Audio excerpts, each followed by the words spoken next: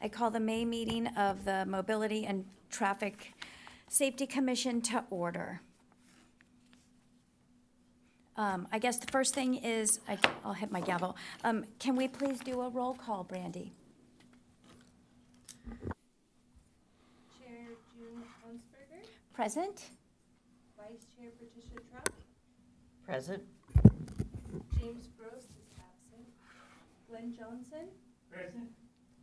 Harold Standerfer, Present. David Thiel, Here. and Jim Wong. Here. Thank you, Commissioners. I'd like to invite everyone to stand for the Pledge of Allegiance.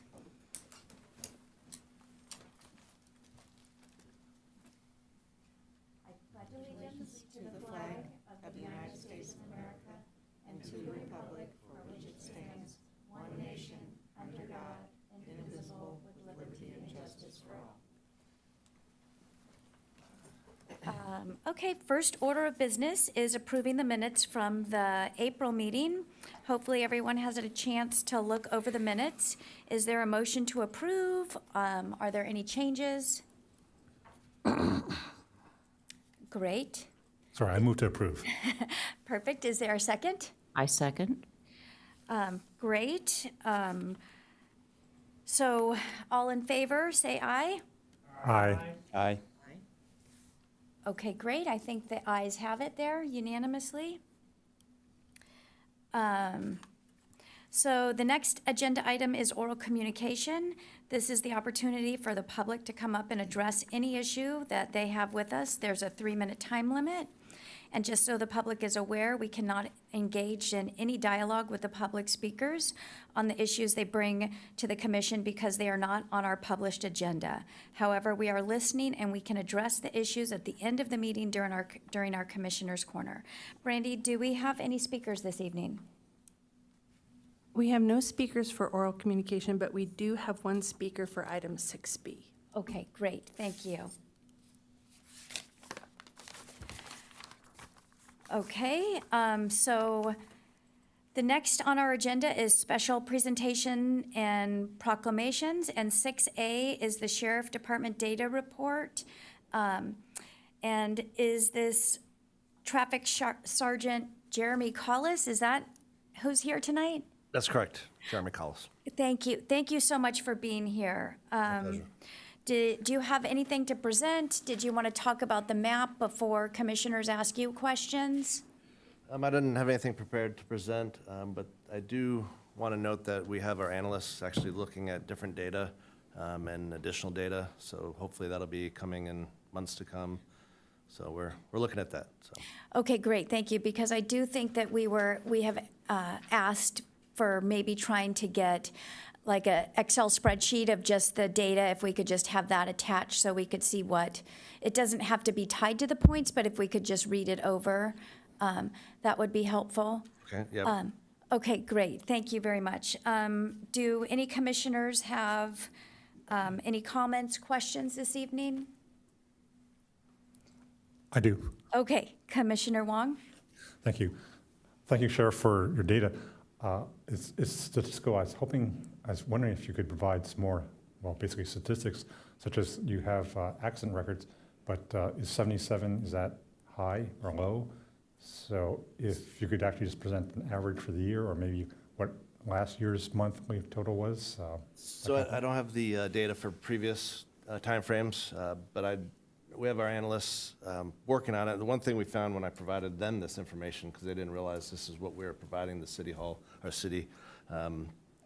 So one issue with this data that's in front of you is it's not complete, to be honest with you. So this data is taken from the first of the month to the last day of the month, and not everything is always inputted, and reports aren't done always at the end of the month.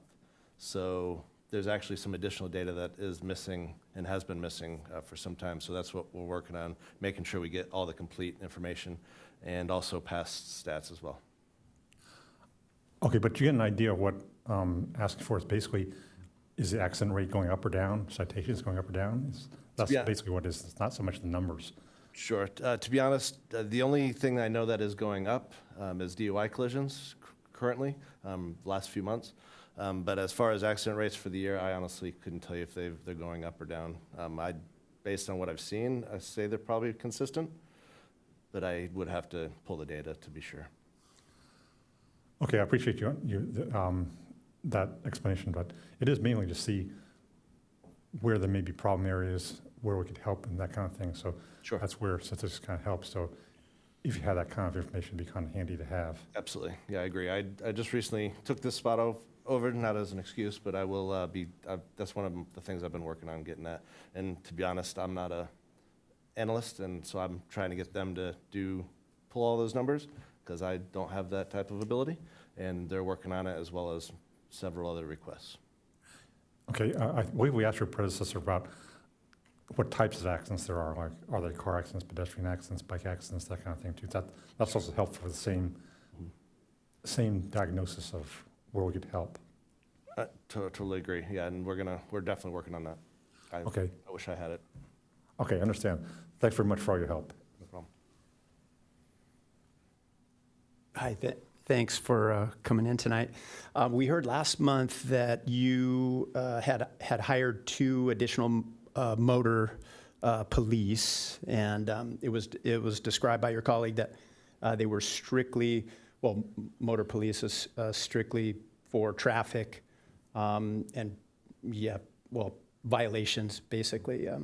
And what I was wondering is, have you utilized them? Do they have a schedule, or do you feel like you can post them more frequently, and specifically on El Camino Real, kind of in the transition from north to south, really, I think at Garden View, and then also on the south end coming up, Manchester, turning into El Camino, and then, as you know, because I've seen them posted, not recently, but a fair amount just coming up the hill before you hit Encinitas Boulevard.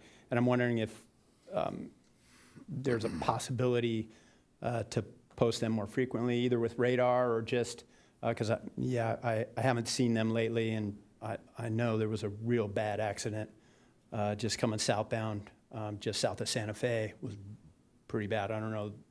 Well, I saw the damage that the person did, but I don't know the final result. I don't know if you can go into details about that, but that just made me think about the 2 additional motors, and if there's a schedule or you make it random, so motorists don't exactly know that you're there, and what time of day. And I just think that those 2 spots in particular are hot spots. Sure. Yeah. And to give a little history, we had 2 motors retire, and that's why we have these additional motors. They're currently still in training. Actually, one got injured in training, and so he won't be able to go till the end of July academy. And so those 2 who retired, honestly, those were the ones you saw in El Camino. We all have. I was a motor here for 7 years, and that's why I know the history. And so that was their favorite spots. We all have our favorite spots, if you will.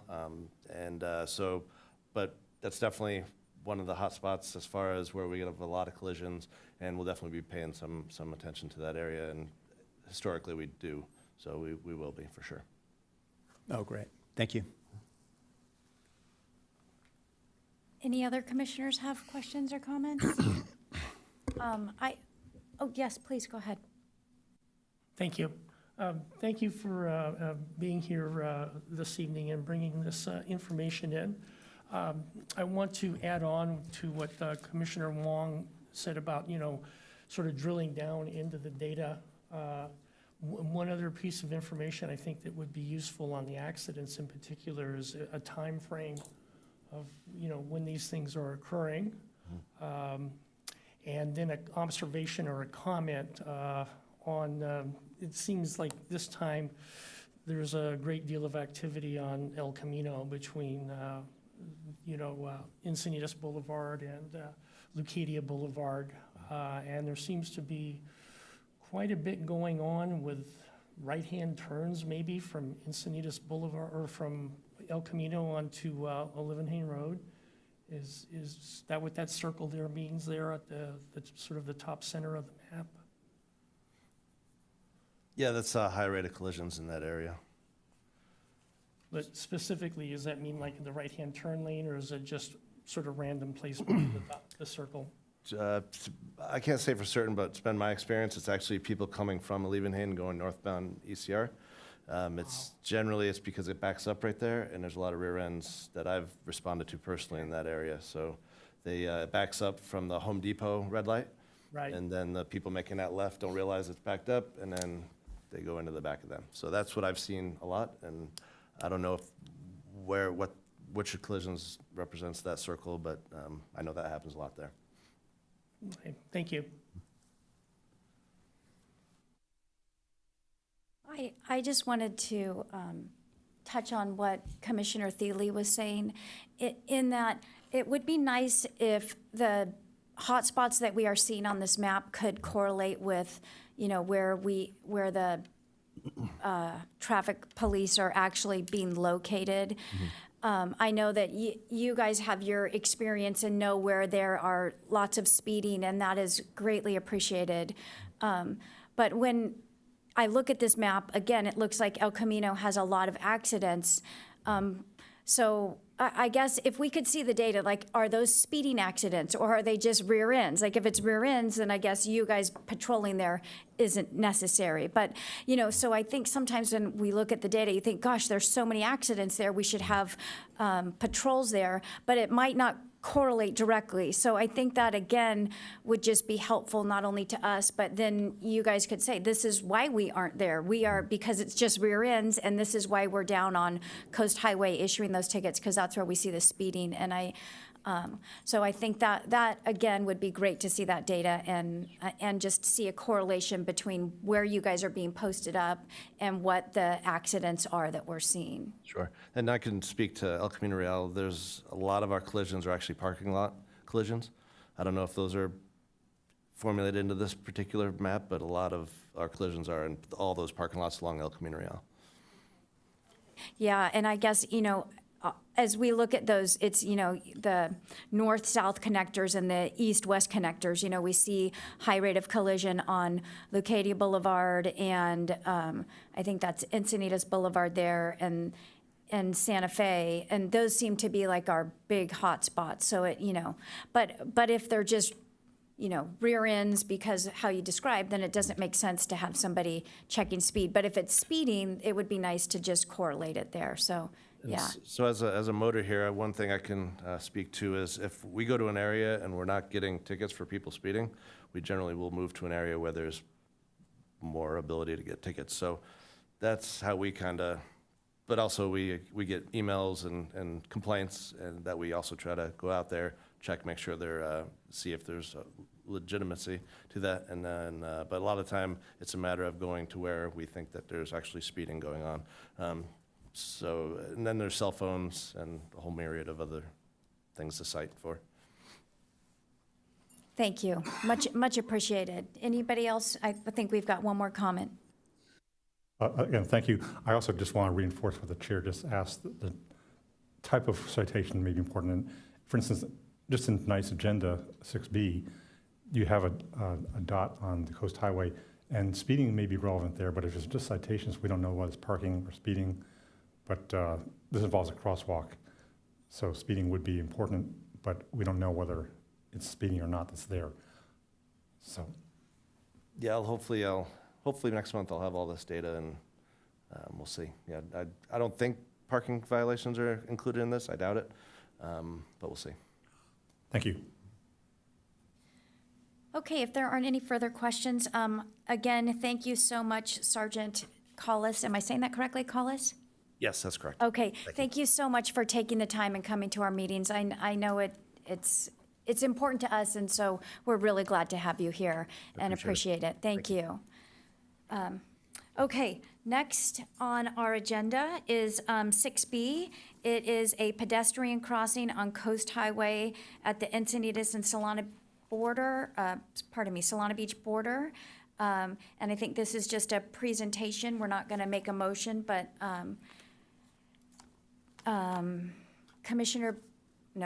Engineer, I was going to try to say your last name. Abe, do you have a presentation for us?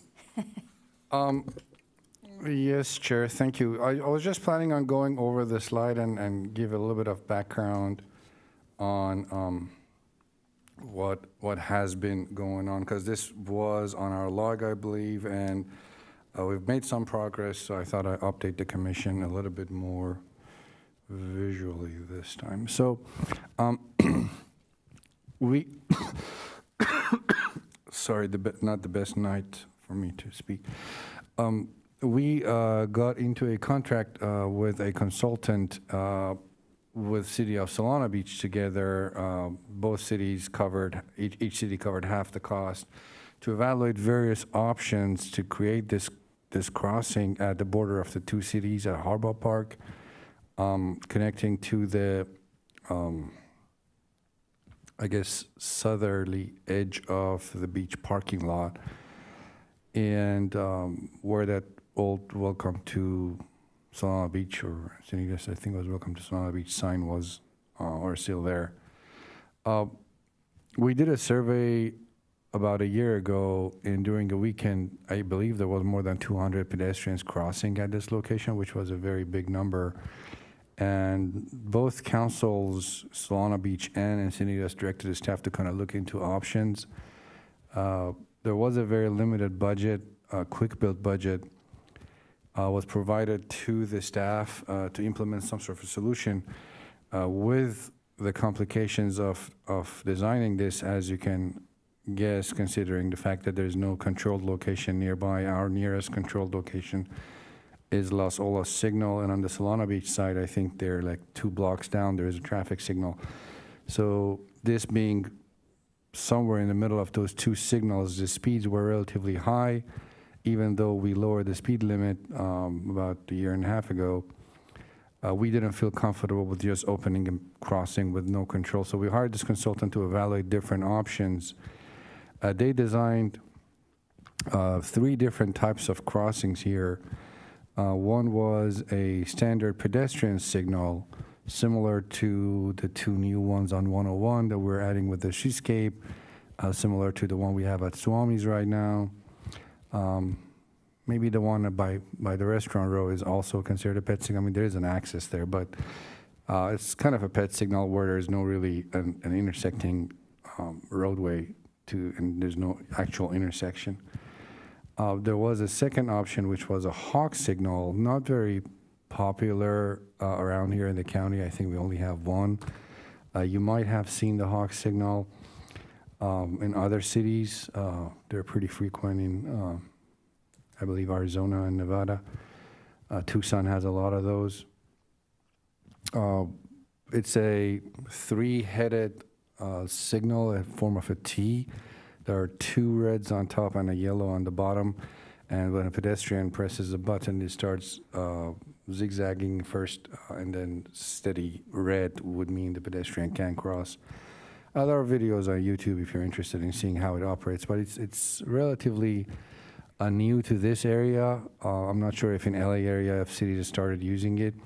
The difference is, compared to a regular signal, it's not always on. So in a way, it works like an RFP. It's only turns on when a pedestrian pushes the button.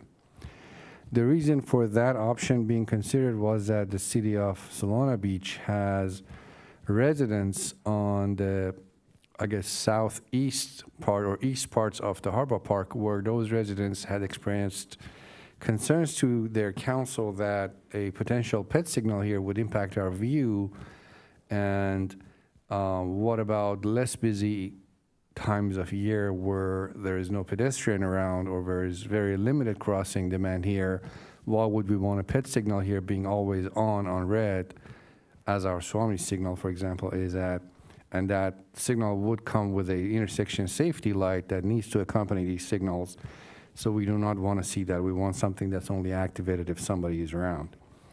On our city, our point of view was consistency. We wanted to see something that people are familiar with, similar to the other pet crossings in town that we had. So the consultant evaluated both options. Should be noted that this is in the city of Encinitas right away. Solana Beach right away ends about 50 feet south of this. And then the third option was to create this Z crossing and conducting a road diet where we narrow down the road into a one lane in each direction. We're dropping a lane by the State Beach on our side, and Solana Beach drops a lane one block before this crossing location. And then with having only one lane of traffic in each direction, obviously crossing can be conducted in a lot safer manner just with RFP. So this option is a Z crossing without a signal, which does resolve that concern of the Solana Beach residents where they didn't like to see. The caveat is this one would need a relatively high volume of environmental evaluations and CEQA, and because of the fact that we're dropping the number of lanes, we're affecting access to the beach, which involves the Coastal Commission, and there are a lot of other factors that come into play.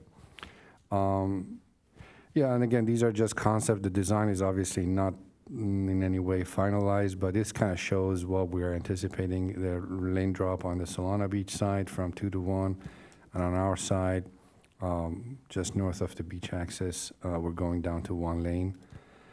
This is the other one with a standard pedestrian signal. Or is it this is a hawk signal. Looks very similar,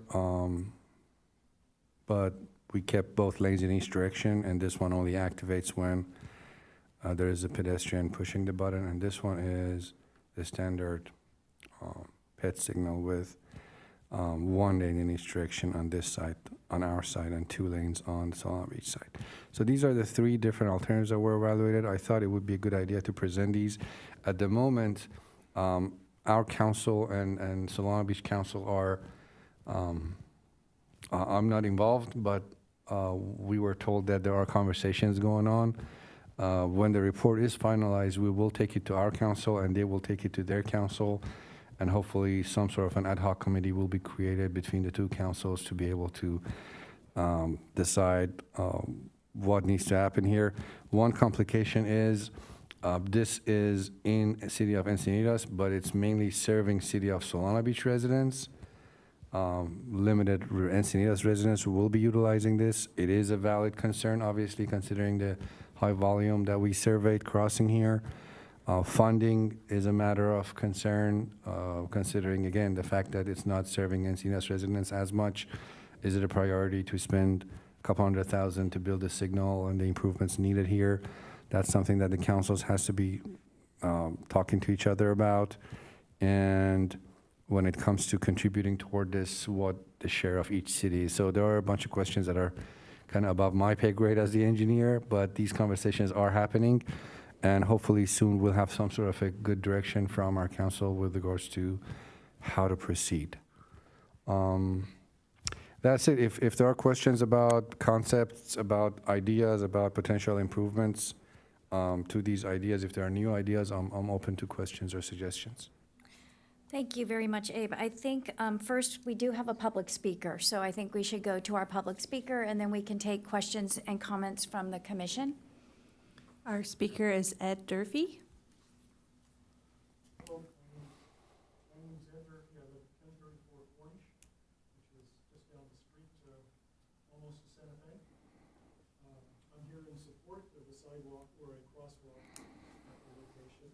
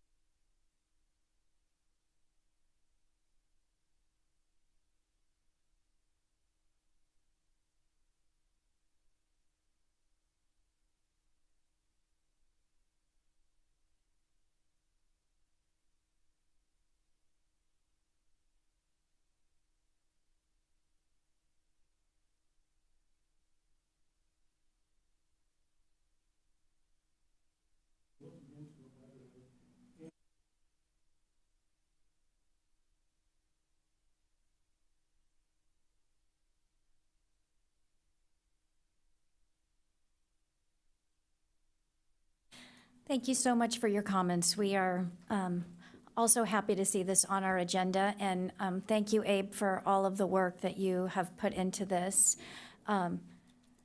Any questions, comments from the commission? Sure. Abe, is it fair to say that in Del Mar, there is a Z crossing? Just as you exit Solana Beach at Via de la Valle, you go down the hill there. Is that what you would call a Z crossing? Are you familiar with that? Where there's a space. I've sure Really, seen there's it. an island, pedestrian island, so you cross the east side of the road, and there's a. The idea of Z crossing is by default, there are two main purposes for it. I mean, this I kind of zoomed in. One purpose is to create obviously a refuge area that is a couple of feet wide, and there is a raised concrete area or some sort of it could be with rubber, but there is a raised area that protects you from vehicles. The second one is by providing this Z-shaped area in the middle, you are kind of forcing pedestrians to face opposing traffic. So that the goal is pedestrian would have to kind of watch the conflicting traffic that's coming their way when they want to cross.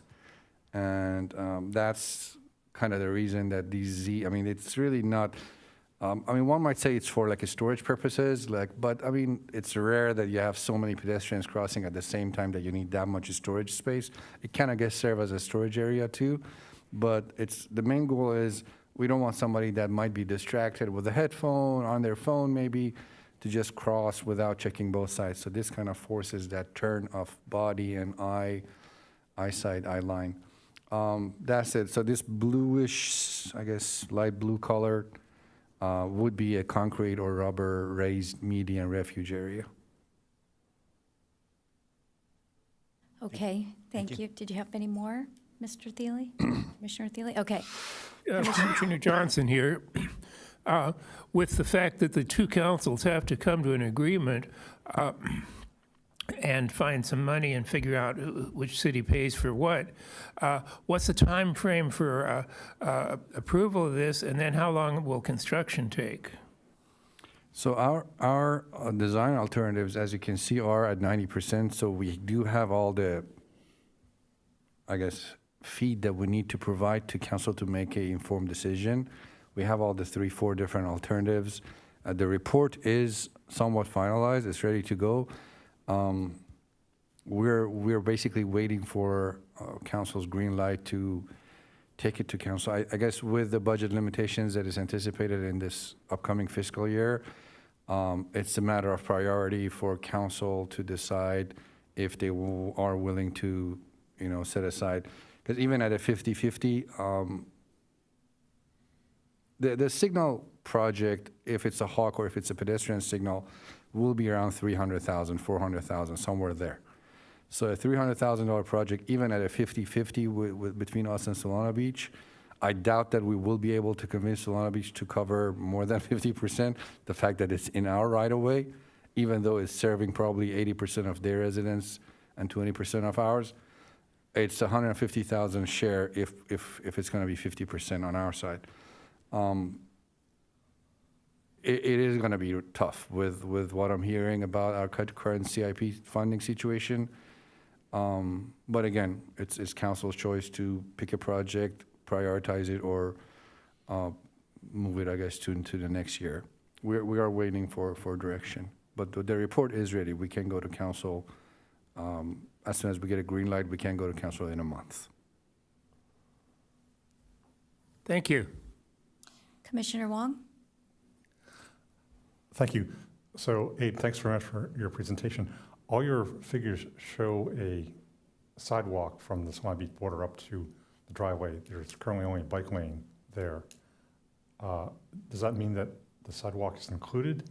Is there room if you don't have a Z crossing? You mean on the city side, on the Encinitas side? Correct, on the west side of the Coast Highway. Oh, that's under construction. That sidewalk, there is a grant project that we secured about 2 years ago from Caltrans, I think about $1 million.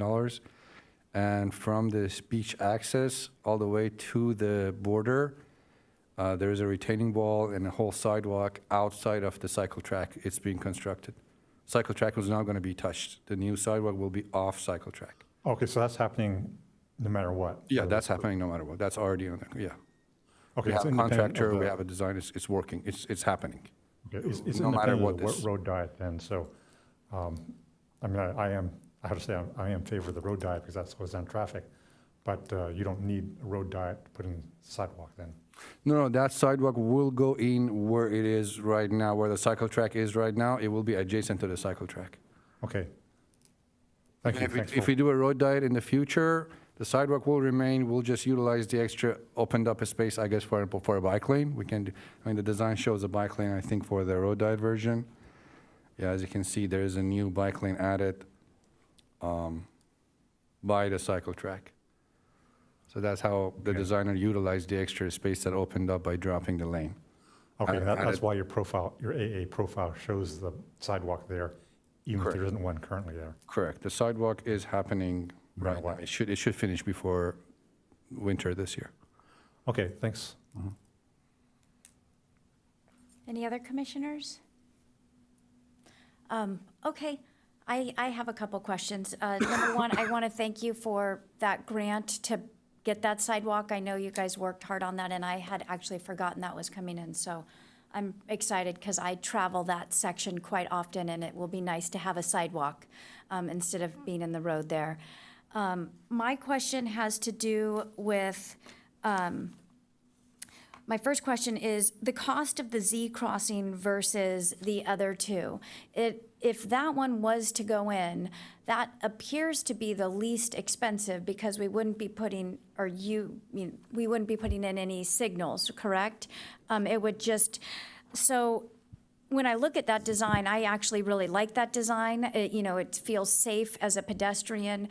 But the concern I think you brought up was that there would have to be a coastal commission study and some other studies. And I would hope that the city could argue that actually by putting this in, it would actually bring more people to the beach safely because it would provide pedestrian access. But what is your take on cost for this? And not just cost, but do you think this one would be a possibility and maybe it could happen quicker because it wouldn't cost as much money?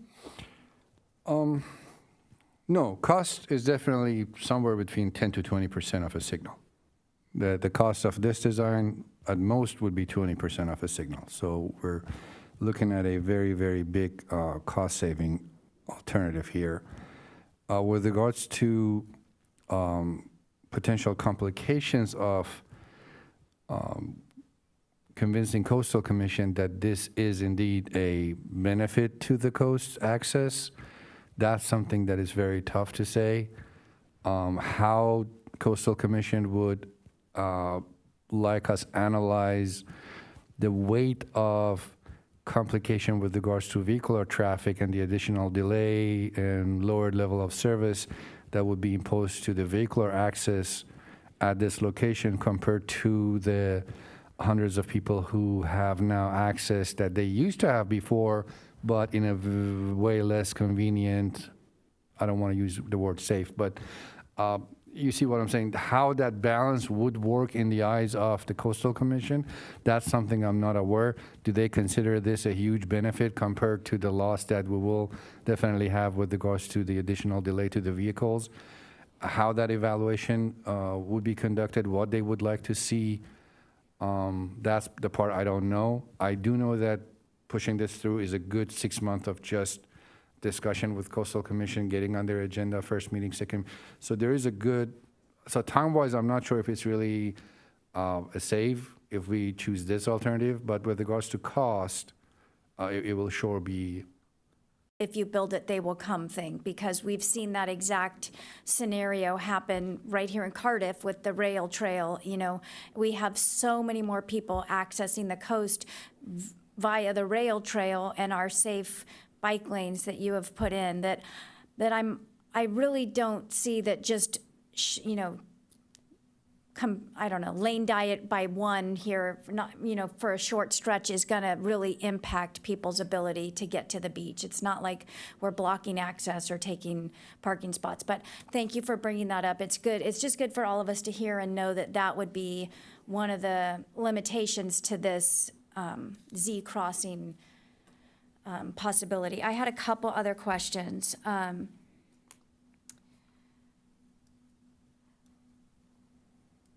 And I guess my question for you is, out of the three designs, which do you like best and why? What is your engineering take on it? Well, I like the pet signal. Which is that the Z crossing The, one? the Swami's version. The Swami's version. Can you pull that one back up and just let me look at that one? This one is kind of showing it can be a Hawkwood pet signal, but Okay. shows both lanes in each direction still remaining. At this point, we're not worried about affecting capacity of the road. Both lanes are still there, but as soon as somebody presses the button, it will go to red. And I do have options of limiting, minimizing that visual impact. There are directional traffic signal lights where they don't drop their green or red lights so far back. You can adjust them to only drop the green or red to a certain distance from the signal. They're called programmable lights. So we kind of program them where to drop that red, so the residents won't see them at all, but they would still see the black pole and the mast arm and the heads. I mean, there's no way, to hide those. But there are ways of minimizing. We are looking into options of not doing a mast arm, only doing, they're called 1A poles, just a short pole with a traffic light on it to prevent using the whole pole and mast arm. So if we use lights in the median area and lights on the sides, just short poles and put them on the poles, put the lights on the poles, that might be an option to minimize the aesthetic impact on the residents of Solana Beach. Intersection safety light is another matter of concern. Those have to remain on. We cannot turn those off. We cannot turn the signal off because per CVC driver handbook also, if the signal is off, you would have to stop. You would have to consider it to stop. You have to stop even if it's off.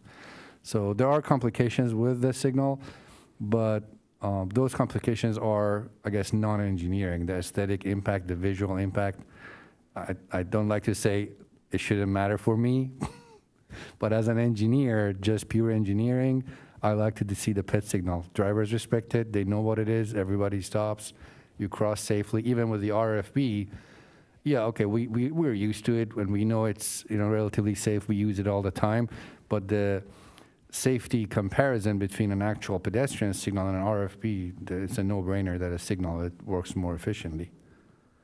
So if I wanted to choose, I would use a pedestrian signal, especially at somewhere that we have like 300, 200 pedestrians crossing during the weekend. If we add a crosswalk, it's probably going to go up to 500 maybe. So 500 people crossing during one weekend with an RFB. Yeah, I mean, I would rather see a signal. I can stand behind an RFB, but if I were to choose, I would choose a signal.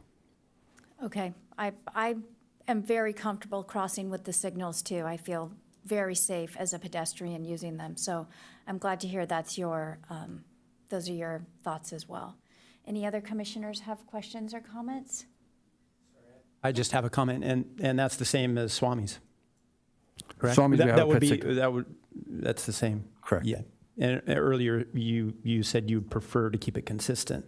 Correct. That way, obviously, the drivers that are coming south, but they know that there's going to be pedestrian crossing, or they would know or recognize this type of signal. Correct. Which makes sense. Yeah. Again, engineering says the signal is a better option. The downside is that aesthetic impact and that visual impact on the residents on the side of Solana Beach. Right, I guess, I don't know how many residents it would be impacting, but, There are about 20 houses. okay. Okay, well, we'll let city council and both of them figure out what they want to do, but thank you very much for sharing this plan. I know it's been on one of our items, and I think a lot of people were interested to see how it was coming along. Okay, thank you. The next item on our agenda is 7A, parking enhancements on Bonita Drive. Is there an engineering presentation? Yes, Chair, I will go over the report. So there were, this was a CIP project that there were ADA improvements on Melba, and there was some sidewalk improvements. There was a crossing further east on Melba by Ocean Knoll that we created that crossing by Evergreen about 2 years ago. There was also improvements on Bonita Drive north of Melba that was conducted. This area is privately owned, publicly owned, privately maintained, and there was a lot of parking impact by parents during school hours that impacted Melba and Bonita. When the project that our CIP team completed improved Bonita north of Melba, we did have some reliefs. There's some available width here for parking north of Melba, and there's also enough space on south of Melba on Bonita on the east side that currently is signed for no parking during school hours that we thought would be a good opportunity to open it up back to public and utilize it as public parking. The fact that the space is not really utilized right now because it's off the travel lane on the northbound side of Bonita. We did receive also input from our Sheriff's Department that, especially on southbound Bonita on the west side, we have a lot of parents parking during pickup drop-off period that does affect flow of traffic, most probably due to minimal availability of parking on Melba, that they come and park here. Because of these reasons, we thought it might be a good idea to remove those parking those no parking signs on the east side of Bonita and create additional parking capacity. Now, the downside to this is that Bonita in this area between Santa Fe and Ballor on the city's active transportation plan is classified as a bike lane, which makes sense considering the fact that it's kind of between two major schools of the city. So it would be a good idea to have bike lanes. The problem with that is currently Bonita width does not allow having bike lanes on both directions because of the 2 or 3 bulb outs that we have on the east side, and the fact that when the road was built, it wasn't built with a constant cross-section. It kind of varies, meanders. The width of the road changes along when you go from Santa Fe toward Melba. The road has like 4 or 5 different cross-sections. So if we can add bike lane in some areas, but most of the roads we cannot have a bike lane. Because of that, we thought it would be a good idea to improve the parking capacity by eliminating these no parking signs that we have. These are the bulb outs that I'm talking about. So this capacity is there. It's not just being utilized for parking because of these signs that we have. Yeah, that's it. We did think about bike lanes, but what I said, we tried to do some sketches and do some alternatives for bike lane, but as you can see, the width is not there in a lot of areas. We have 22, 24, 23. It's limited. So we did, full disclosure, did provide the information that this is classified as a bike lane, but the fact that the community wanted additional parking, and we have received concern from our Sheriff's Department with regards to parking capacity issues, we thought it would be a good idea to add this additional parking. Our staff suggestion is to allow parking for now. When we get to a situation where we can build the road to its ultimate cross-section, eliminating these bulb outs and kind of widen the intersection of Melba and Bonita to its ultimate widths, where we can accommodate bike lane, we'll sure remove the parking and introduce bike lane. But at this time, we think it might be a good idea to add parking on the east side. With that, Chair, I'm open to questions if there are any. I don't know if you want, Jeremy, you want to add anything? Have you heard anything about parking on Bonita from your deputies? Yeah, two of my deputies approached me recently and saying that because it's no parking along there on the west side of Bonita, that even though they stop, let their kids out, let them jump back in, what have you, it's actually, they're stopping, and so it's becoming basically kind of a gridlock momentarily. And one of the suggestions, as well as the additional parking, would be to no stopping any time signs as opposed to no parking signs would allow us to do enforcement better, easier for no stopping. Like, Okay. What would those parents go then if we do no stopping? Like, they would have to find somewhere to drop their kid, right? True, and true, yeah, that was one of the questions I had, but I know Santa Fe also backs up on that side, so. Probably there's no room on Melba that they decided to go to Bonita. If they could have stopped on Melba, they probably would have stopped on Melba. Yeah, again, these are the concerns that, yeah, we have to find a solution that works for everybody or minimize the impact to everyone, I guess. I cannot solve everything. Okay, thank you for that input. I do think that would be important to put no stopping signs there as well. I think that's a good idea. I'm going to see if any commissioners have any comments before I share my thoughts. Commissioner Wong, it seems to be the pattern here. Thank you, Chair.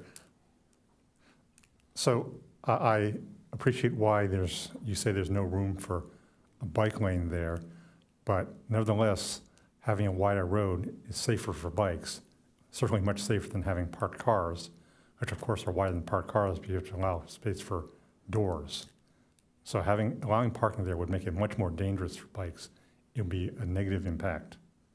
Even if you can't go to a bike lane, it's better the way it is now than putting parking there. So that's my comment. Okay, thank you. I also do want to mention that is a pretty that is actually an important connector because although it's not accessible to cars, there is a trail that connects north end of Bonita to Requisa that a lot of bikes take, and a lot of people take too. So that's more busy than you may think.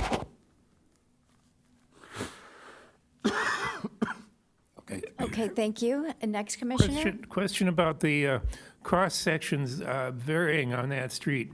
Is this due to lack of right-of-way, or is this due to encroachments?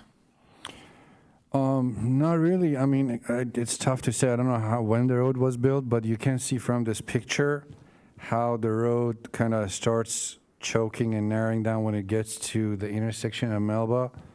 You see how it kind of narrows down? I mean, the sidewalks are built on both sides, so the road was constructed. It's not like it existed. My only guess is that I do know the SDA's right-of-way goes all the way to the edge. So I think the sidewalk was built in their right-of-way. So could be the reason that the city, when it was building the road, could not get into some kind of a agreement with SDA to kind of get further in at the intersection. As you can see, it kind of chokes when it gets close to the Melba intersection. The width of the road narrows. But when we check the right-of-way, pretty much all the westerly sidewalk is in the SDA right-of-way. It's not in the city. It's on their property, so maybe we couldn't get further in. I don't know when the road was, I don't know how old the road is. But, I mean, as you can see, considering the fact that it's fully improved, I don't really know how soon we will be able to redo the whole road. Okay, thank you. Commissioner Thiele? Thank you. I have a first simple question. If you remove the no parking signs, how many spaces are we talking about? 50, 100? Not that 20? many. I think it was about 20, 30. Yeah. Yeah, 30 to 40 spaces.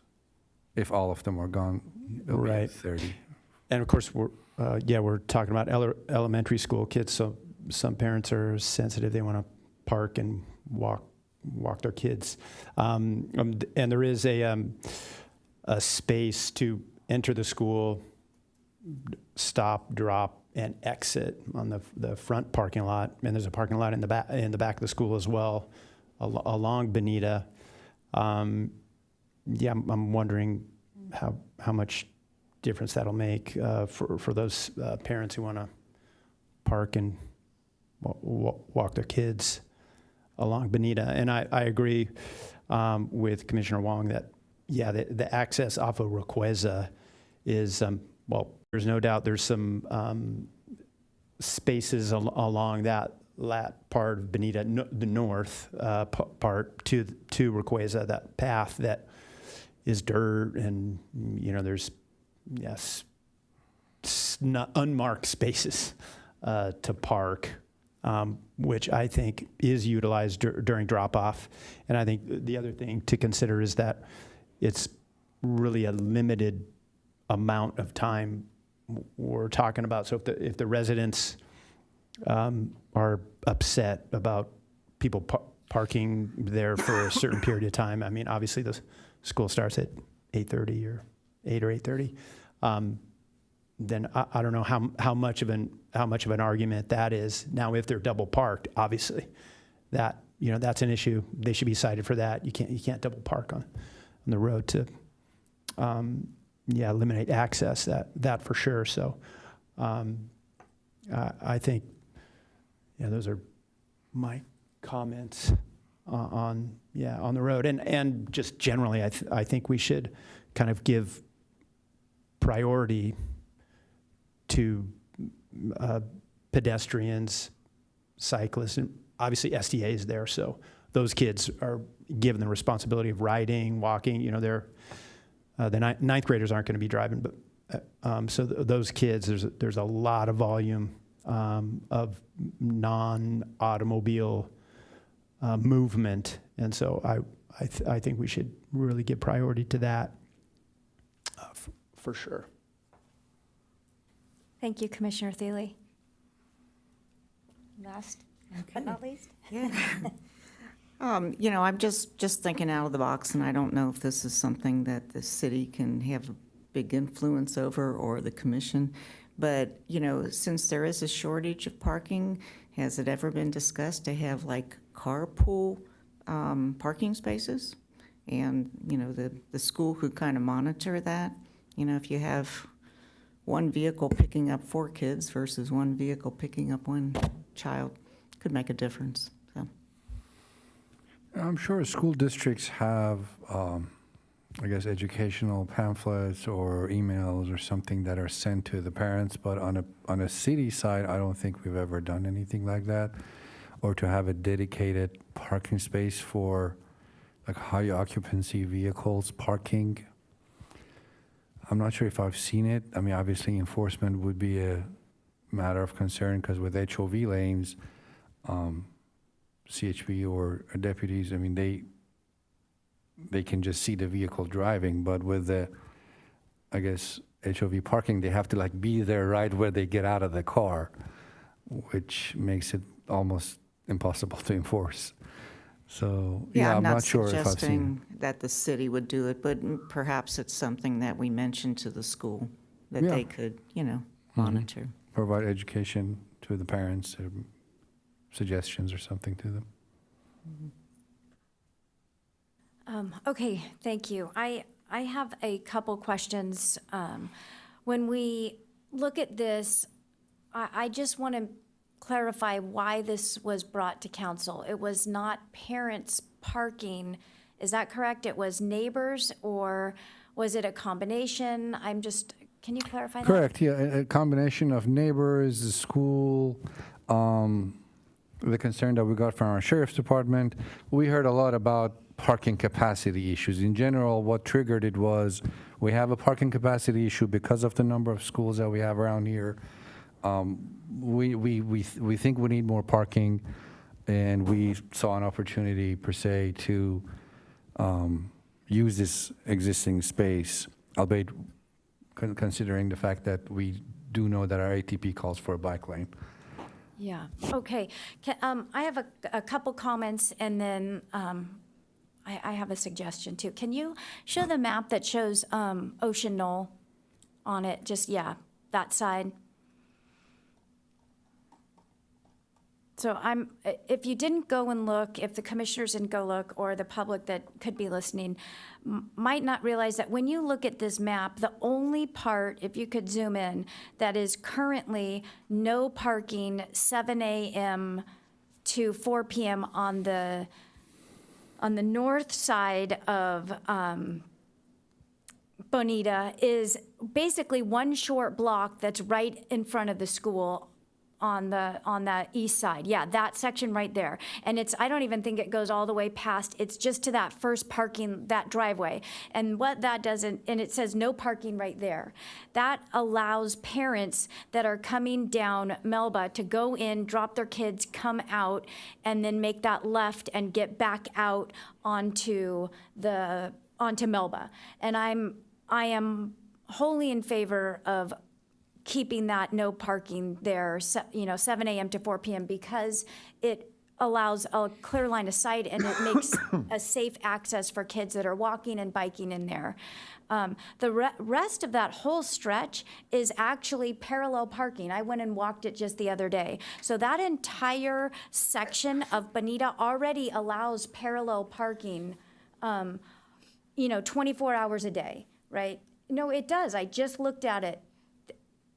Sorry, Commissioner Wong, let me finish and then you can have your say. But on the side by Ocean Knoll is what I'm saying. Let me clarify, on the side by Ocean Knoll. I think that's where you weren't understanding. So that side I think is great and safe for kids and families, and I don't want to add any more parking or there at all.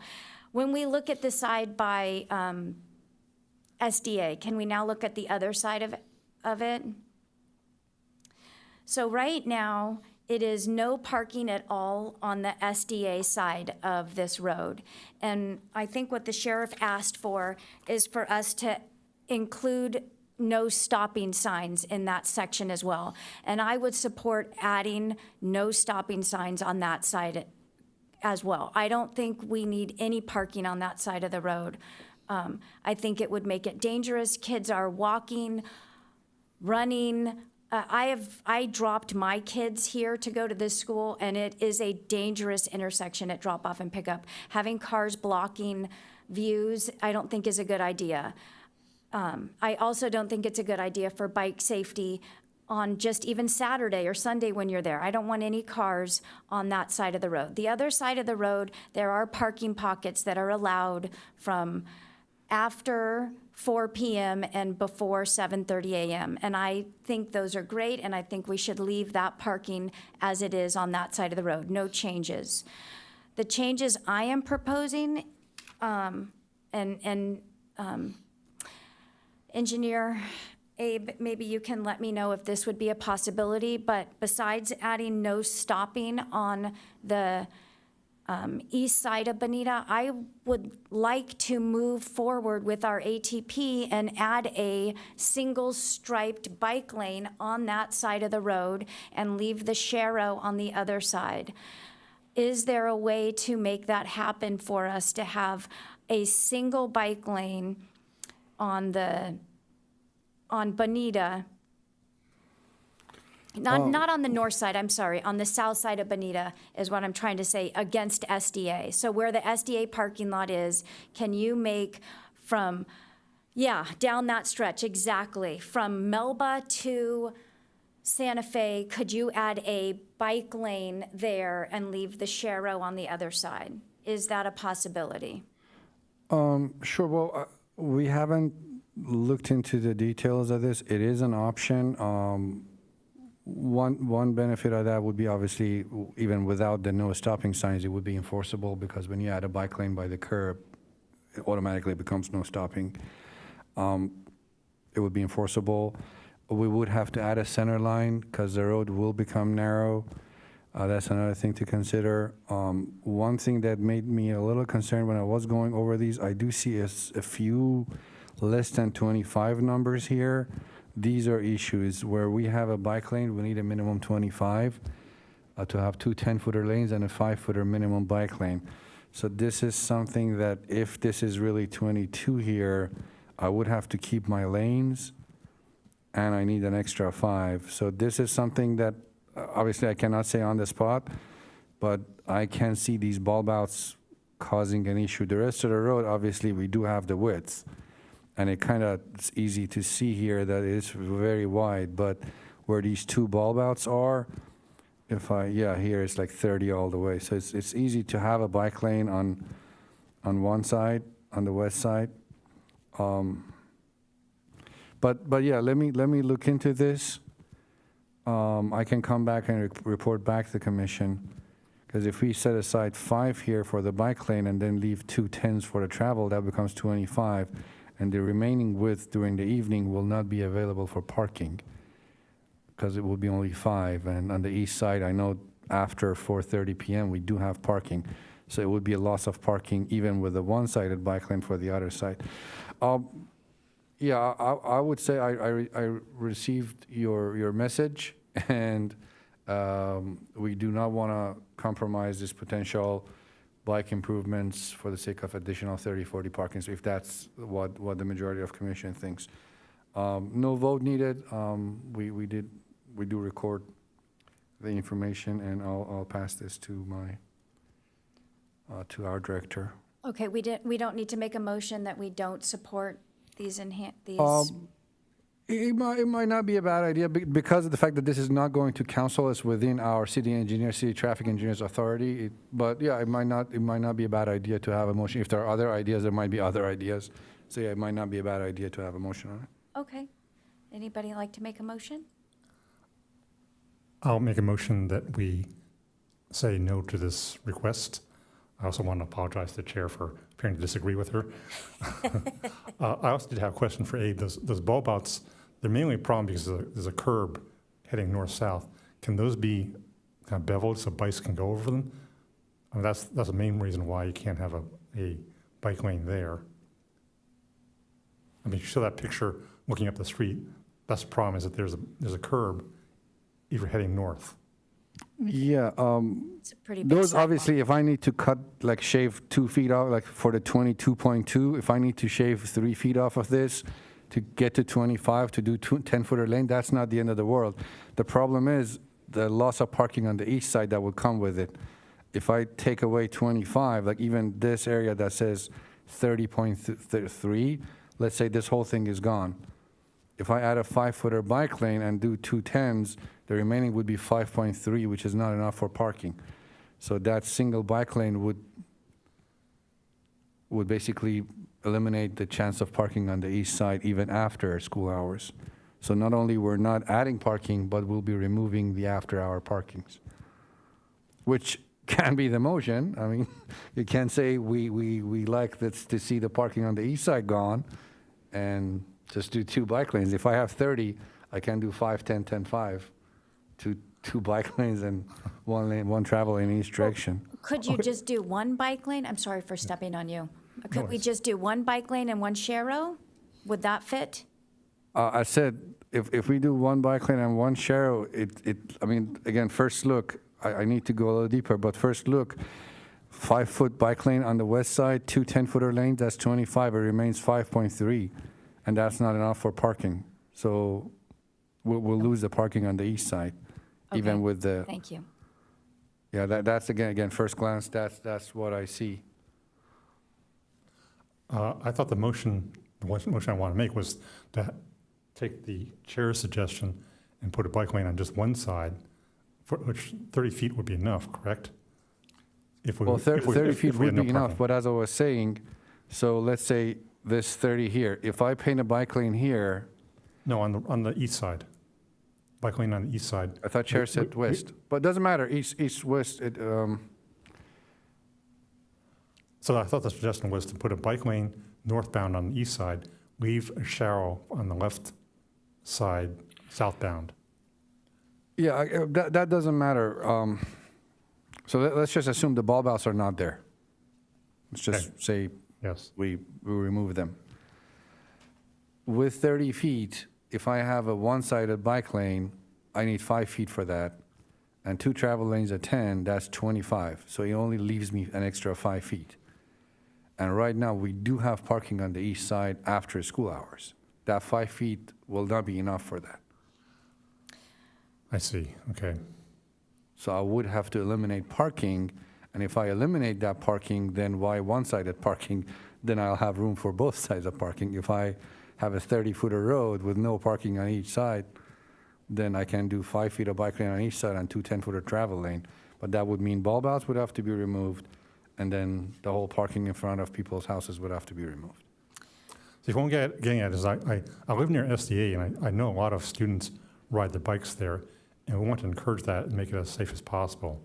So especially with e-bikes, you know, that saves a lot of car trips by parents and helps our climate action and all that.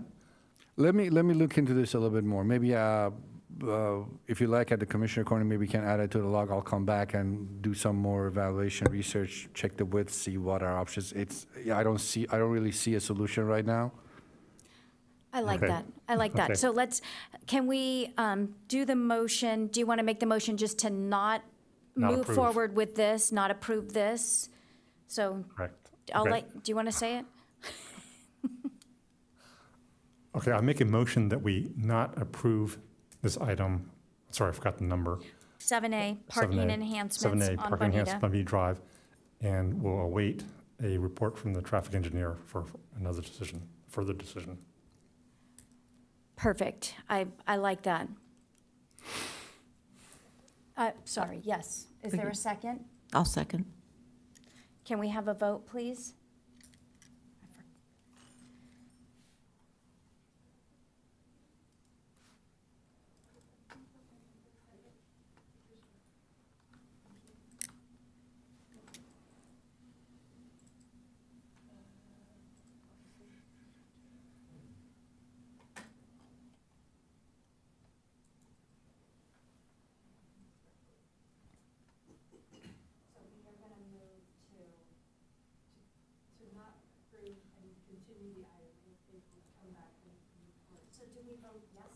No, the motion is not to support staff recommendation. Yeah, the motion is to not support staff recommendation. That's okay, I'm just, It becomes a double negative. it becomes a double negative, so I'm just not sure. So So we'll say nay to this then. So, No, you will be saying your vote to the motion, so you will still say yeah. So Yes. if your motion is to deny, the votes would still be yes. But on the screen, it says, the motion text is support staff recommendation. Oh, no. Yeah, in that case, don't worry about it. Don't worry about it's all right, we'll get Yeah, this we know fixed. what it So, is. Motion to deny staff recommendation and return with additional information. I love Correct. it. Thank you. Thank you. Spectacular. Thank you for helping us through this. So,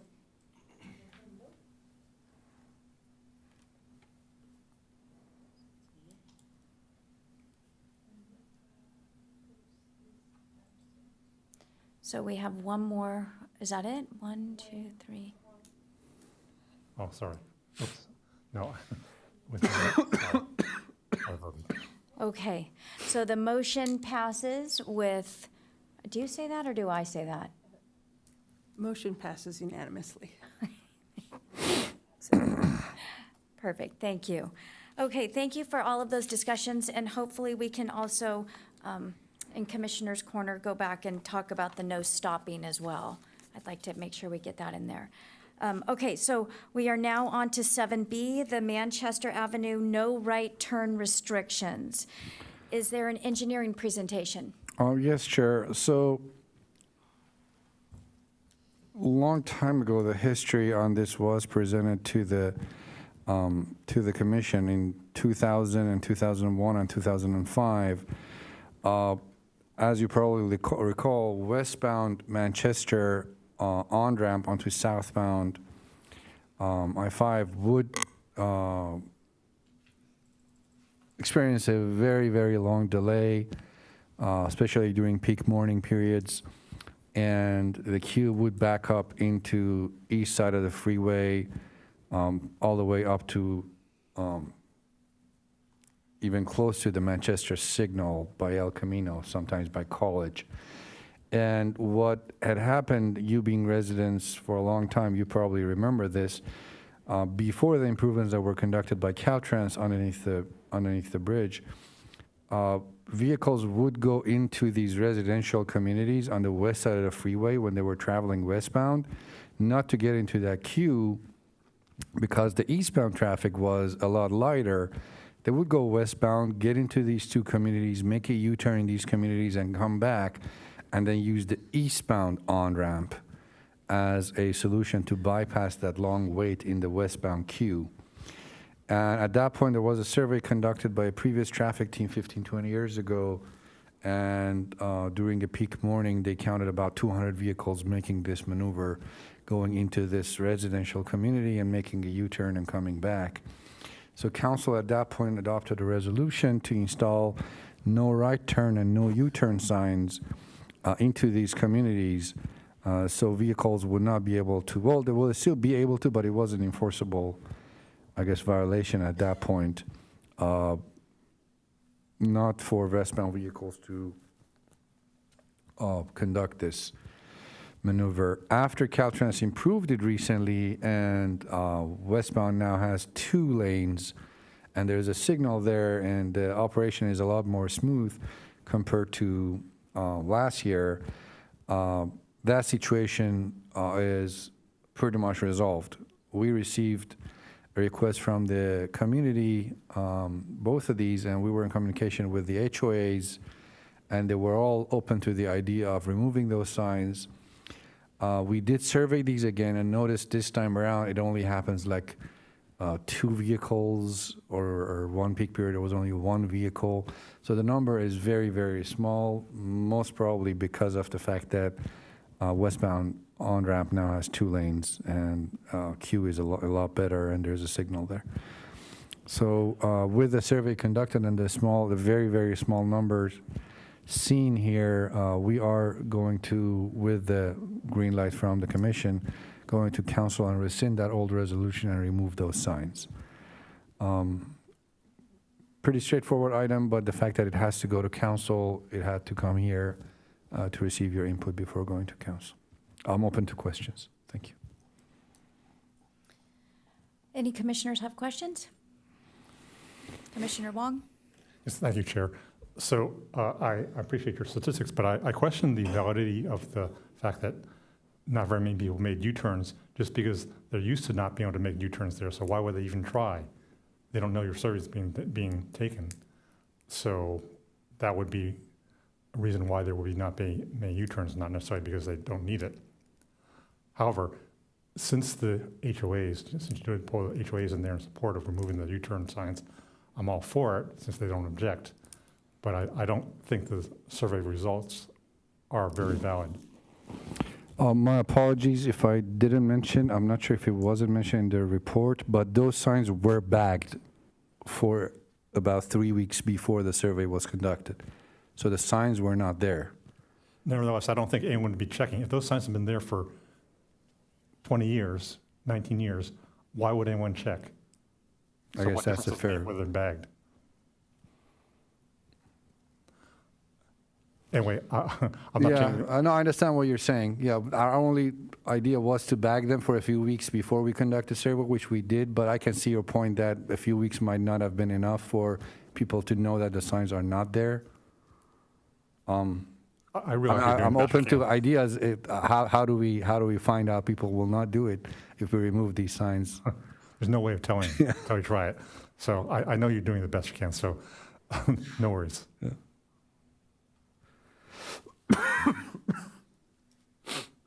Thank you.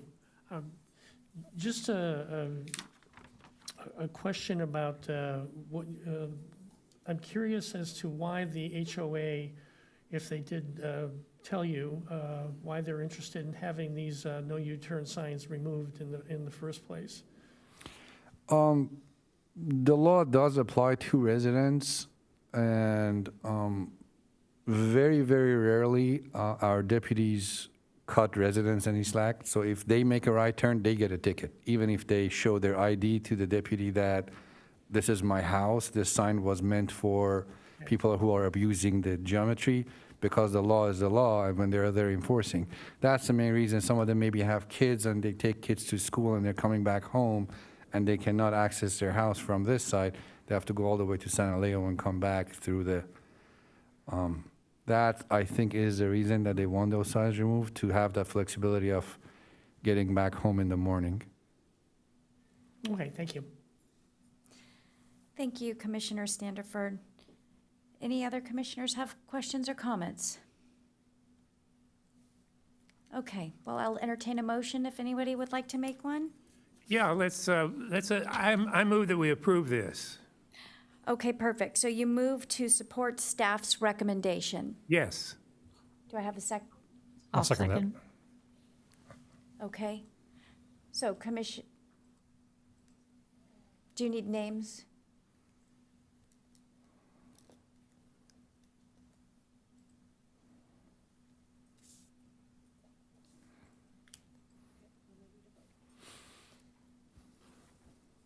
Okay.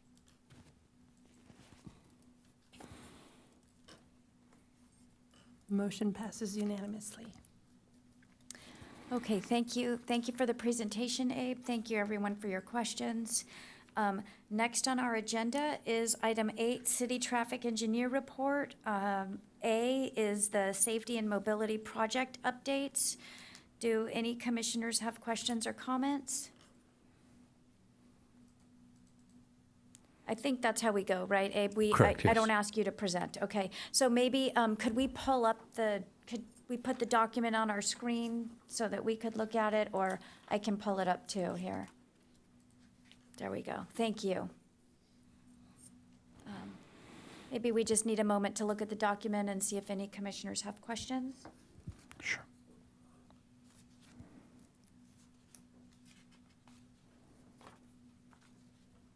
One update that I do like to give is that our second phase cycle track project is coming to an end. Slurry started today, and we anticipate striping next week at the same time.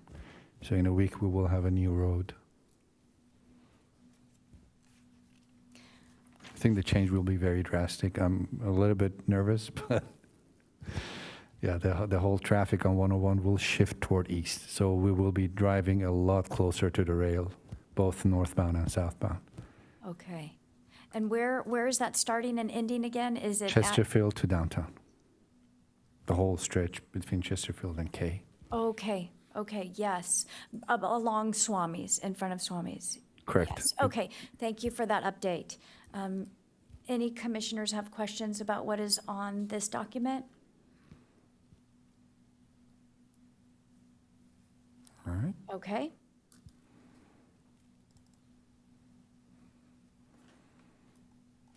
Sorry, so now we are on to item B, which is Mobility and Traffic Safety Commission log.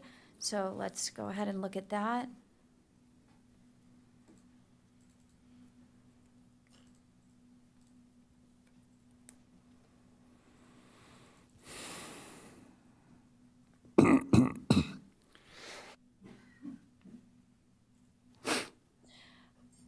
I do have a quick question. Abe, is there an update about the Hygeia roundabout? Nothing new, no. Nothing new, okay. I thought I had heard that it was, maybe another grant had been applied for, or that they were asking for federal funds for that? There might be on the traffic side, I don't know, I can check from our CIP team. Yeah, I take it back. Yeah, on my side, I don't have anything new, but on our CIP side, there might be Okay. activity. Okay, thank you. And I guess I just also will follow up about the Vulcan Edge road enhancements. Is there anything new to evaluate south of Vulcan by Paulecki? I know that that was a big conversation at our last meeting. So on the Paulecki side, we did conduct a survey, collected 4 different videos from different areas around the school. We're combing through the data to see what kind of different maneuvers we're getting, but that's just for Hermes and for just the Paulecki frontage. For Vulcan itself, we are reconducting the parking survey that we conducted last year to identify parking demand there and to double check what might happen if we convert the existing parking to parallel. Capacity, demand, occupancy, to see, we're doing 2 weekday nights and 1 weekend night to see what kind of, because nights are the most impacted usually, to see how many cars are parked there and what happens if we convert it to parallel. Will we still have enough capacity to accommodate all those cars parked? And I have a quick question about that study. When you are surveying the cars, is there any sort of place to note, like, if it is a trailer with 2 jet skis parked there, or if it's somebody's boat, or if it is a, like a big work truck? I have noticed that it seems that parking has also turned into a little bit more of like people's storage, because again, if you build it, they will come. So I feel like some of the neighbors are using it for boat storage and trailers, and a lot of interesting things are happening there, like people are doing construction out of the back of their cars. So are you just gonna number that, like say there was a vehicle there, are you gonna say what kind of vehicle it is, or if it's a trailer or that kind of thing? It's a video capture. It will be recorded and then counted at the office. I can advise the staff when they're doing the count to do a little bit more of a detailed count so that we have the breakdown of different type of vehicles. Thank you, because I think it is important to provide our residents a place to park, but I also think that it's not great if if a lot of these spaces are being taken up by items that should probably be stored in other places, and it's going to limit our ability to have a path, a walking path or a cycle path. So thank you very much for the update on that. When is that going to be completed? Oh, it should finish this month. Okay, thank you very much for getting Vulcan back on the radar. I really appreciate it. Any other commissioners have questions? Yes, I do. So thanks, Abe, for doing that data collection for the Pawaki School. Do you have a time schedule or what's going to happen next? So we just collected last week, after we met at the school about a month ago. There was a complication with regards to, filming at a school location and kids, and we had a meeting with the principal, and we had to communicate with the school district, get authorization.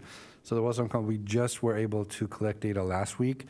I do know the video files were downloaded, but we haven't conducted any going through the data and combing the video and counting these different maneuvers and vehicles and pedestrians. I would say a few weeks to kind of analyze the different files. I think sometime in July I should have some sort of a preliminary report. One concern is that this was never a clean direction from council. This item, when it got initiated, it was kind of a different council members and commissioners kind of created a unofficial committee, and this formed. I still have to figure out the avenue with which we have to kind of push this forward. Is it like a commission item? Is it a staff-initiated item? Is it a council direction? Because we know at the end of the road, we would need some sort of a funding, whatever we're doing. So Yes. that's the part that I'm still trying to figure out. Because of Brown Act, I cannot just go to council members and just start discussing. But I think the safest route would be to bring it to the commission, no matter how it got initiated. You being the liaison between public and council, you can review this item. Maybe in July, I know we're dark in August. If I make it in July, I think July would be safe to go over it and talk about different alternatives and maybe council after that. Okay, so your data has data on cars and bikes presumably also, and pedestrians? Yeah, we kind of surveyed the area at 4 different angles to capture entrance to the school area from the Vulcan side, looking at Hermes North to see what kind of pedestrian activity we're getting. At the bend, right at the school entrance, we installed a camera. So at like 4 different angles, we want to see what kind of pedestrian and bike activity we're getting. to find out which maneuver has a majority, which maneuver seems unsafe, see all the weird maneuvers that happens. Okay. There are a lot of stuff that I'm sure we would miss if we just stand there for 10 minutes, but we capture data for 2 days and we're going to go through all of them to find out what we're looking at and see what our options we can. I'm sure there will be alternatives that we might miss, but when we bring it to commission, you can say, hey, what about this idea? What about that idea? Okay, understand. I believe that the amount of pedestrian bike traffic is kind of suppressed right now because it's not really considered that safe by many people, understandably. So any day you can provide of people willing to bike in unsafe conditions would presumably point to how many more would bike or walk if it were safer. And as you know, we did have that support at the meeting. I think you were at with the mayor and Mr. Hinsey. So there is council support. Also, Principal Seacrest was there too. Correct, yes. No, we do know there is support for it, yes. It's just, it is not a direction from council for us to go report to council on alternatives of improvement. There were ideas that were initiated, I think, by a resident about a one-way conversion. There was another idea about a resident-only access during school hours. There are a bunch of different ideas, but all of these were like in form of resident emails and individual requests that we received. Obviously, as you know, the fact that mayor and another council member were there technically doesn't mean that there is a direction, so we cannot Understand. really, Yes. yeah, so.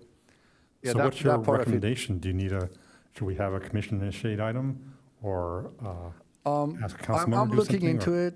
I'm looking into it to see what, I mean, it can't just be a staff, because we do have our resident input on this. We have received 2 emails, and that should suffice, because we initiate resident request tasks all the time. They ask, sometimes it's just a stop sign they want somewhere, it's a red curbing somewhere, and it can be improving public key access. I mean, doesn't mean that just because one resident asked for it, it has to be small, it can be big. So yeah, I'm not too worried about that. I'll figure that part out, but I do see this coming to commission before council for sure. I don't want to take it to council before commission looking at it and vetting it out and providing me the input and comments that I need. Okay, I'll take your recommendations about what are the best way to proceed is, and right now you're saying that we the commission don't have to do anything at this point because, well, It is Ball going is kind of- forward. If you're ball worried is it will kind be of your killed, no, it fault. will not be killed. It's going forward. It is happening. The study is happening. okay, thanks very much. Yeah. Any other commissioners?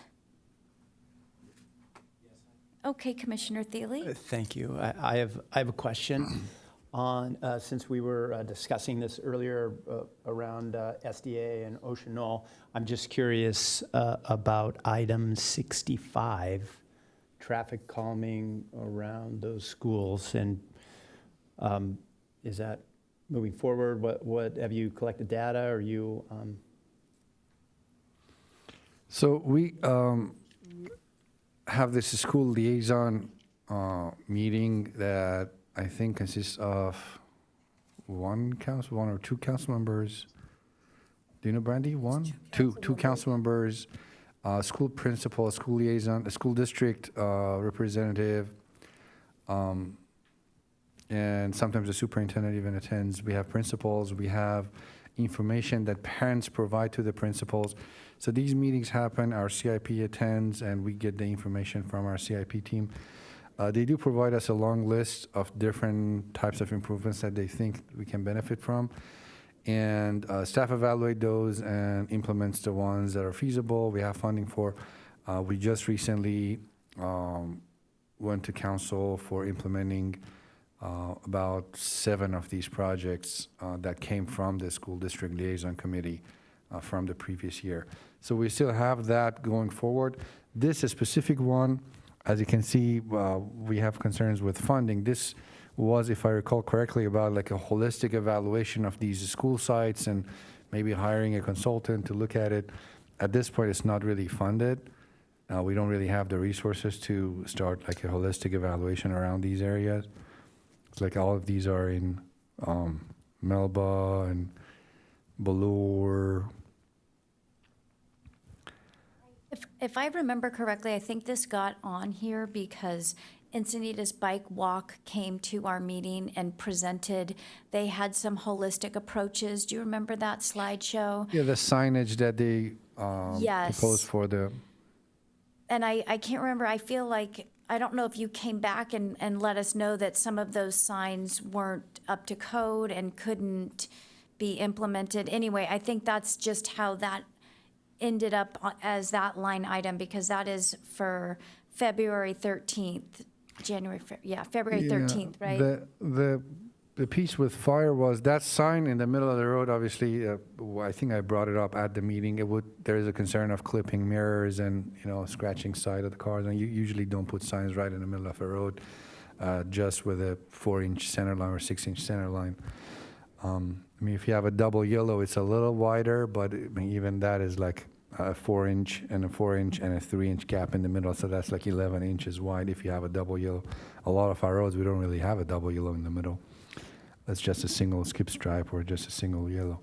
The concern with the fire was that, if you recall, there was these vertical elements at the corners where they were suggesting adding these, in bike world, they call them armadillos. They're like a hump, a tiny little hump, a few of these added at the corner to kind of force vehicles turning, not to encroach into the pit area and make a wider turn, to open up that corner area for the pedestrians and stay away.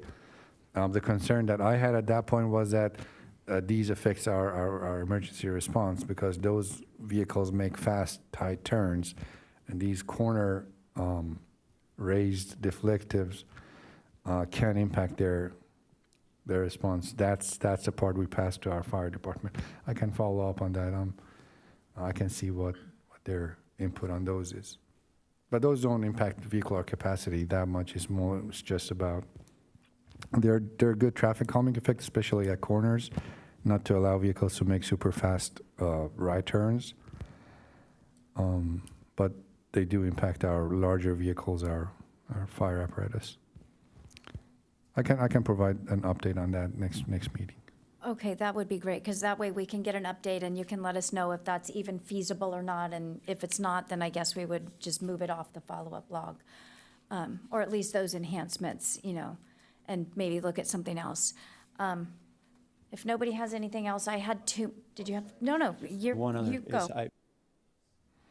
Since Commissioner Gross isn't here, and I know he brought this up, I think at the first meeting, about the red light cameras. Is that still possible? I know that you said with the previous council, they were, again, obviously against it. Do you think we should still look into this?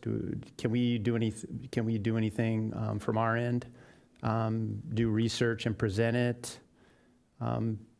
How do you think we should, if we feel convinced that this will help, especially in the corridor that we're discussing here? And yeah, I had a question earlier, and I experienced some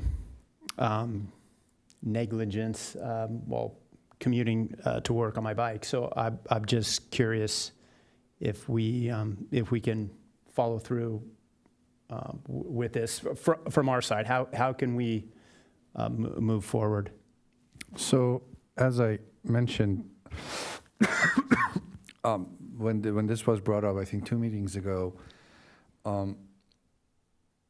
the best approach that I saw at that point, which I recommended to commission, was that just to draft a letter to council, and chair can sign, or whoever, doesn't matter. Somebody drafts a letter, comes back to the commission, you all go over it, revise as you see fit, and then it gets signed and sent to council.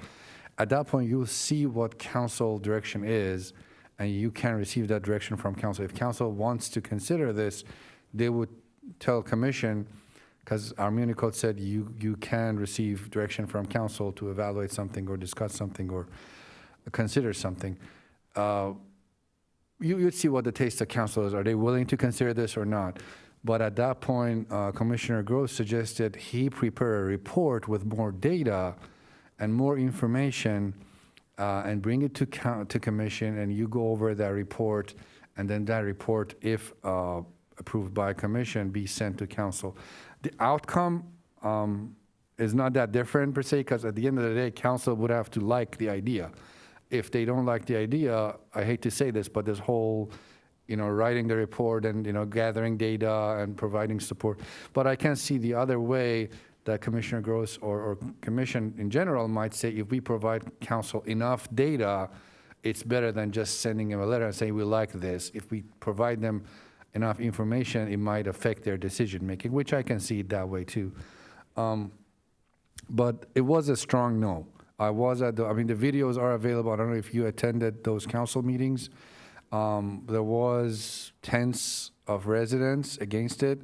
The majority, I would say, was a good 85-15, 90-10 against from the public side. And the first time council decided to extend the program only by 1 year to see what kind of data we're looking at. The data was not super convincing with regards to the safety impacts. Obviously, there was revenue generation. There was, I guess, penalizing the violators. That's obviously a given.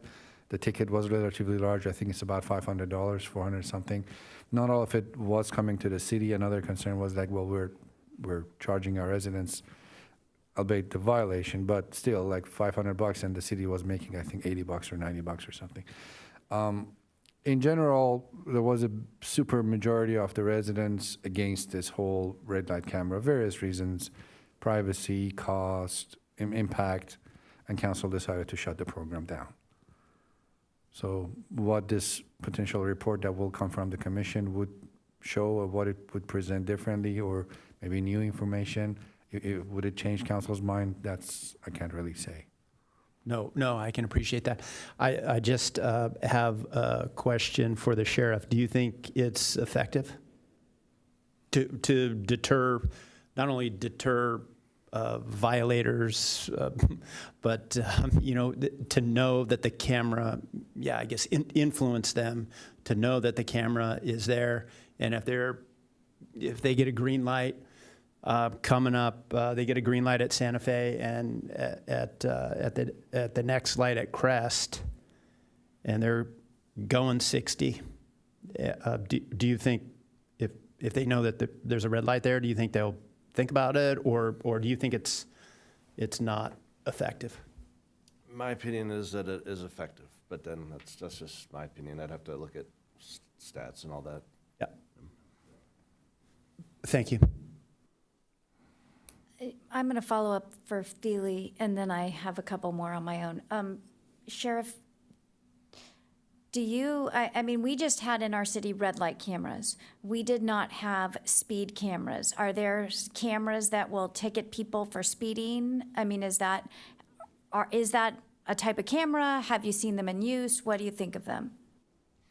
I know they were in use in Arizona at one point. I don't think they are anymore, and in Europe. But I've never seen them in California. I'm not aware of any. I don't know what the law on that would be.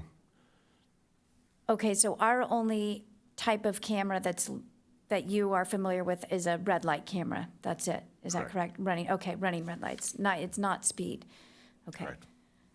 But there are speed cameras. We just don't use them in California. I don't know. There might be some place that does use them, but I've never seen them or heard of them in this state. Okay, thank you. Okay, and then I just wanted to follow up with two things. One was, I know we had a lot of discussion about safety on Saxony, and we actually had that put on this follow-up log last time. And I think, Abe, you had said that you were actually looking into some safety suggestions or modifications for Saxony. Is that still going forward? Yeah, I believe it was added to the log. Yes, item 68 is the Saxony item. thought it was also on your work plan, like, I Correct. know we put it on our follow blog, but I felt like it was also on your work plan. Correct. And that was maybe something that you had already begun working on. Is that true, or are you? No, it is true. Yeah, we Okay. started with Quail, but Saxony is on the list. It has to happen this year. It's on our work plan. Okay, so it is moving forward. And then my last one was, is there any update about the at-grade crossing? Do we know when that report is going to come out from the study that the city has hired to evaluate the at-grade crossing at Lucadia? Has that come out yet? Are we still waiting on that report? Oh, that's not in our shop. It's not in traffic. It's with our CIP team. I can ask for an update on that. Sorry, thank you. I think it is on here. Do I not see it? It is on here. Well, yeah, it might be here for me to just get updates. I do talk to the project manager every now and then. I haven't heard anything new. I can provide update next month. Okay, thank you. Much appreciated. Okay. Any other questions or comments? Okay, I think that moves us on to item C, which is the development project review. If any commissioners have questions.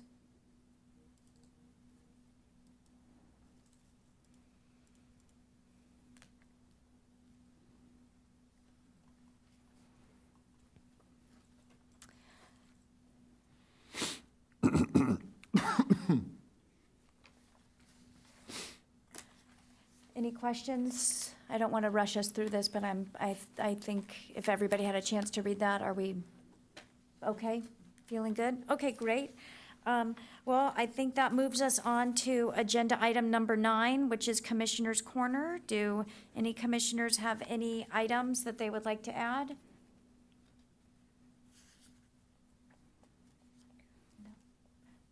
Okay, I guess the only one I have is that I would like to follow up with our sheriff's suggestion and the idea of getting a bike lane on Bonita. So I think the sheriff had suggested that and I don't know if I even need to put this on Commissioner's Corner, but the no stopping signs instead of just no parking, is there a possibility to switch those out? How do we go about that? Abe, do I need to put that on our follow-up log to get that moving, or is that something you can just look into on your own? No, we already received that suggestion from our sheriff's office.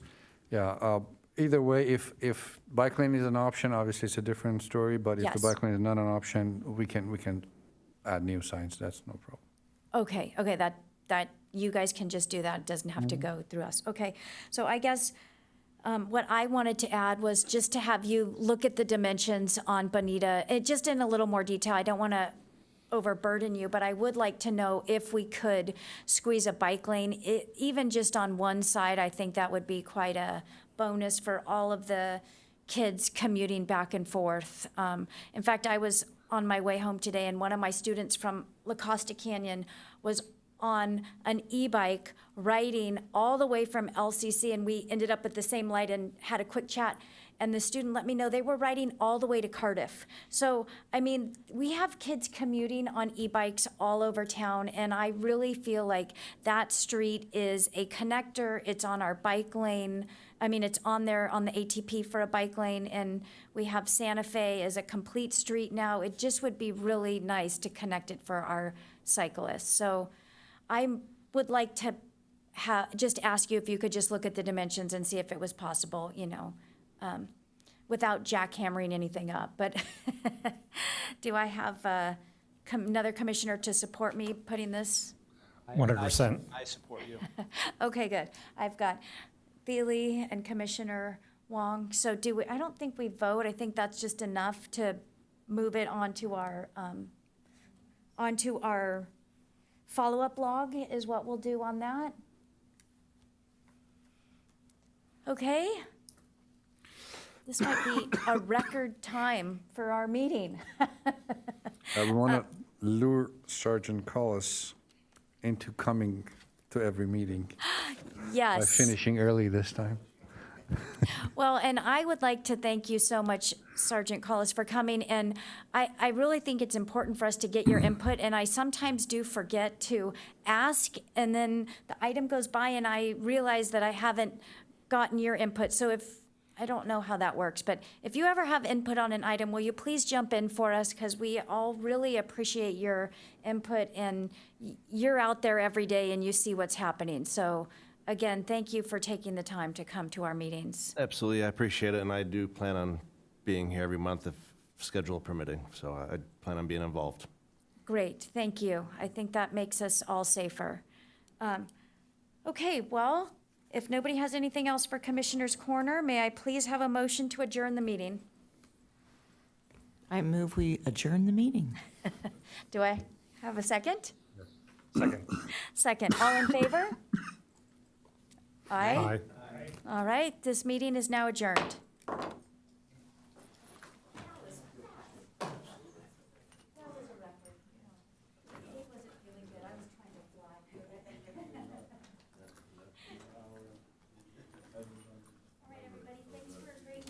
Thank you.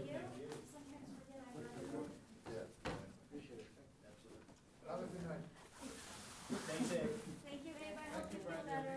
Thanks, Abe. Thanks, Sergeant.